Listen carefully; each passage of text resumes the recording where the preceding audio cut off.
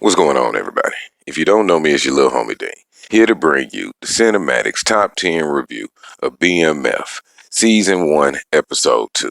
Now, if you can, go ahead and do me a big favor and hit that like and subscribe button so you can continue to get the content. And if you don't mind, go ahead and leave a comment in the comment section if you agree or disagree with anything that I'm saying. All right, boom. So it jumped off, from last week. Terry done got himself popped in the face sitting right outside his baby mama crib. So we jump it off with Big Meech, or I guess he's still Demetrius right now. He's just berserk. I mean, he's flying up and down the street. Yeah, he's just, in a place because his brother done got shot. Pull up to the hospital, almost hit some white lady just trying to park. And now he's walking through the hospital yelling for Terry with this big old Uzi. Like, what are you holding a Uzi for running around the darn hospital just about to get the police? Now you about to go get arrested while your brother in his shot. Oh yeah, you really helping out the family. That was kind of stupid, Big Meech. But yeah, luckily, the little black detective dude is up in there before he get, suicide by cop by this other white detective. Calm him down, get the gun out of there gladly before his parents show up. And his parents still blaming him for, everything that Terry done got involved with. And now you want to sit over here and run around the hospital with a darn Uzi like you finna like the shooter in there. Like, I don't even get that.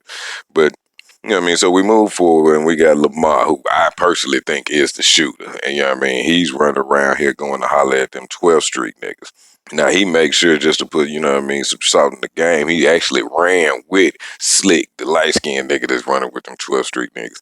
And he, they used to run some work back in the day. So once he went to jail, Slick like, man, I had to, start working for the niggas that had to work. I couldn't get no pack in. So, all that makes sense. But he go ahead and put in his ear, that he heard, it was them that did it. So it was, Jake Mo and them, that actually did the hit and everything. He didn't know that, and that's all it takes for the word to get on the block, to start spreading.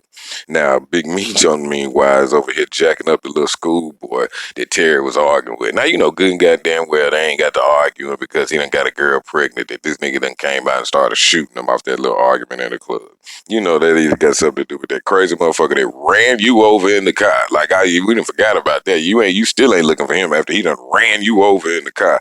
And then you fucking his baby mama, but that's cool. Now you done pulled the strap, beat little buddy up. It was cool to see the little schoolboy get beat up, especially how tough he was talking to Terry. But that was kind of slick, pointless, Meech. You just running everything hot. And then, like your boy said, nigga, would you have shot him out there in front of everybody? But that would have been the thing to do. You got to move smart, man, not hard. And yeah, that nigga don't know nothing. So Big Meech is, but he emotional though, so we're gonna let him run with that. Now we, the family is in there talking to Terry, letting them know, Terry just being good little mama's boy, putting all the word. They just worried about him, and he pops is like, niggas, you running around here with Meech and everything. What the hell is going on? And his mama don't even want to get into all of that. So we flash forward, to Lamar. As I said, no, Lamar already had that conversation with Slick. Now we moving on over to the 50 boys. Now these niggas is over here on the block, complaining about what we're gonna do about Terry getting shot. These niggas like, man, you need to calm down. We're gonna figure it out. But wait a minute. I already know that, Meech done goddamn tried to holler at Phil Mail or whatever dude name is, Phil Mail. And, they like, man, what is this soft ass shit? Like, man, you need to chill out. Meech gonna handle it. Come on, we moving the stash. So him and old girl, Big Mickey and old girl, they Kato. They run over here to the new little stash spot with they moving into this little abandoned house or whatever, man. So they get in there and start setting things up. Big Mickey go ahead and shoot his shot at Kato, She like, nah, I can't. No. But then a junkie pop in, man, like this my house. They get to wrestle with the junkie. Why they don't kill him, I don't know. But he done spilled about a goddamn quarter cake of dope. So that's a whole nother fuck up. Meech come in and cuss them out for that. Like, yeah, Kato, every time something fuck up you around here. Now, Lamar is over here doing his goddamn weird ass pedophile act where he running up on the little girl, the bitch he was fucking with. Now he running up on her little girl at school to the point where the little girl walk off. I clearly don't want to talk to you, and you about to get to arguing with the teacher, about to make the teacher damn call the police. I mean, why are these niggas just so comfortable with getting the police called on? why don't y'all move a little bit different? So you ain't got to do that. So then later on, the mama come up there and goddamn it get to cussing him out in front of his homeboy Slick. And Slick just sit down like he watching an episode of Love and Hip Hop.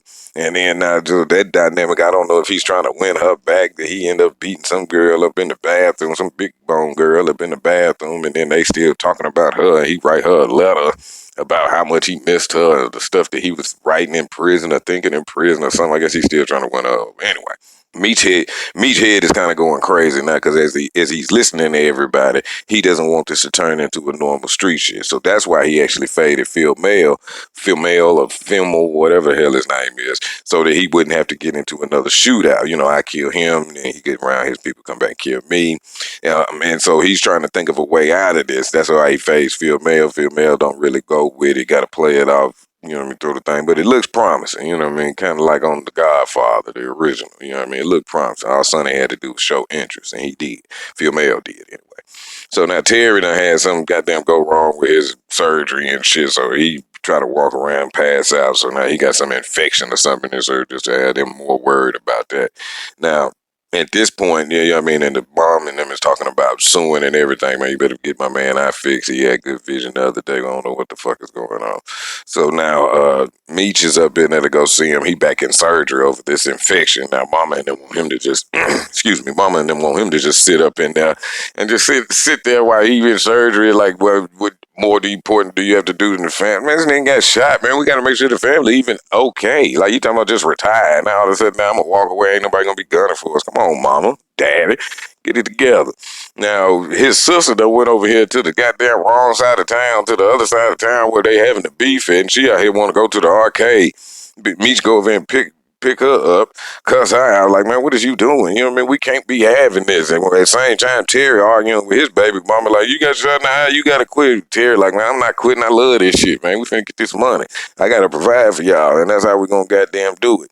So now, as they got them doing all this moving and shaking, it come up, man, the detective done goddamn UPS delivered J-Mo to Big Meech, man, and goddamn it, yeah, it's J-Mo.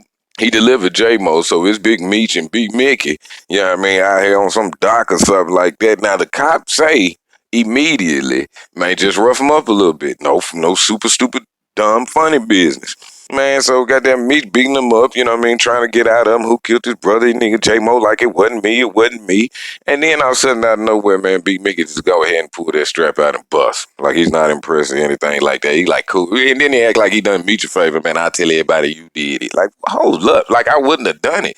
Nigga, they almost getting ready to pop each other. But you just gonna step up. I don't know. He look a little bloodthirsty with that. And that never really turns out good. So I can't wait to see how that dynamic plays itself out.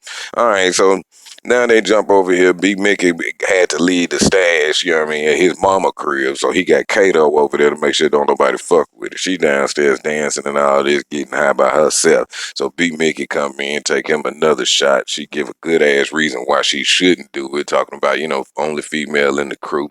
What would I look like getting hooked up with you? How would I lie, lose all respect and credibility? Which makes sense.